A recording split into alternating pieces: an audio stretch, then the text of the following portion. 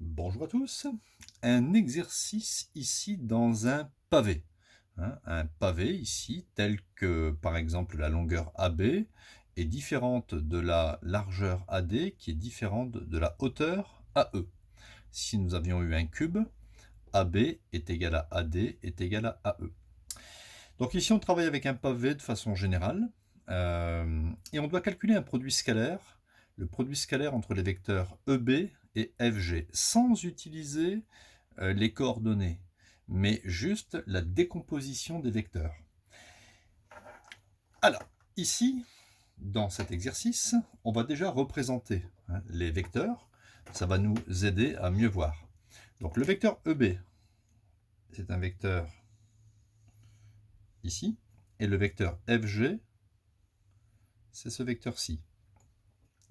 Regardez, le vecteur FG, il suit une arête.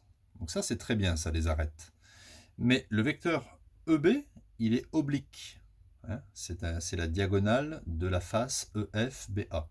Donc, je vais décomposer le vecteur EB en passant par une arête. Soit je prends l'arête A, soit je prends l'arête F. Donc, c'est assez simple. Le vecteur EB, par la relation de Schall, je vais dire que c'est EF plus FB. De sorte que le produit scalaire EB-FG, EB-FG devienne EF plus FB scalaire de FG. On est d'accord, hein? De toute façon, EF plus FB, on élimine le F et vous retrouvez EB. Ayant fait ça, je vais pouvoir développer. Je distribue. Donc FG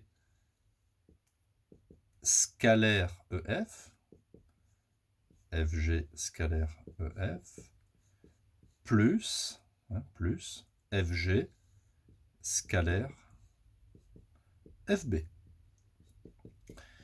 Alors, maintenant, je vais quand même dessiner le vecteur ici EF pour me faire une idée. Alors regardez ici, FG scalaire EF. Est-ce que vous voyez que le vecteur FG est perpendiculaire à EF? Parce que si je déplace EF, j'ai le droit de déplacer mon vecteur EF, j'ai le droit de le déplacer ici, eh bien regardez, on est bien d'accord qu'il y a un angle droit. Il y a un angle droit entre FG et EF. À partir du moment où il y a un angle droit entre les deux vecteurs, le produit scalaire est nul.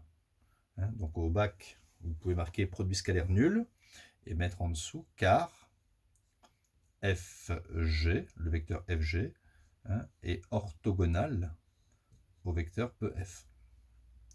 Voyons maintenant pour l'autre produit scalaire, FG et FB.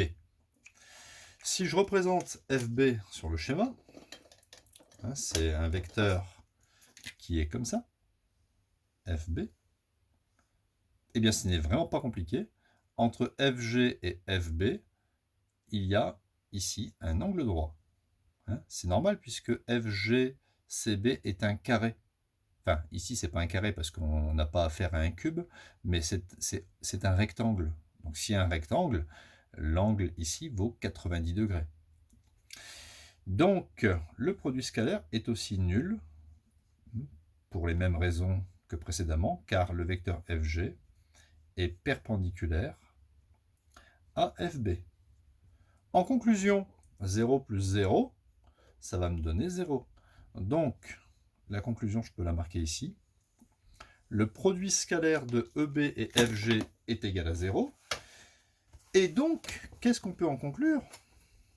Puisque le produit scalaire vaut 0, eh bien, ça équivaut à dire que le vecteur EB est perpendiculaire à FG.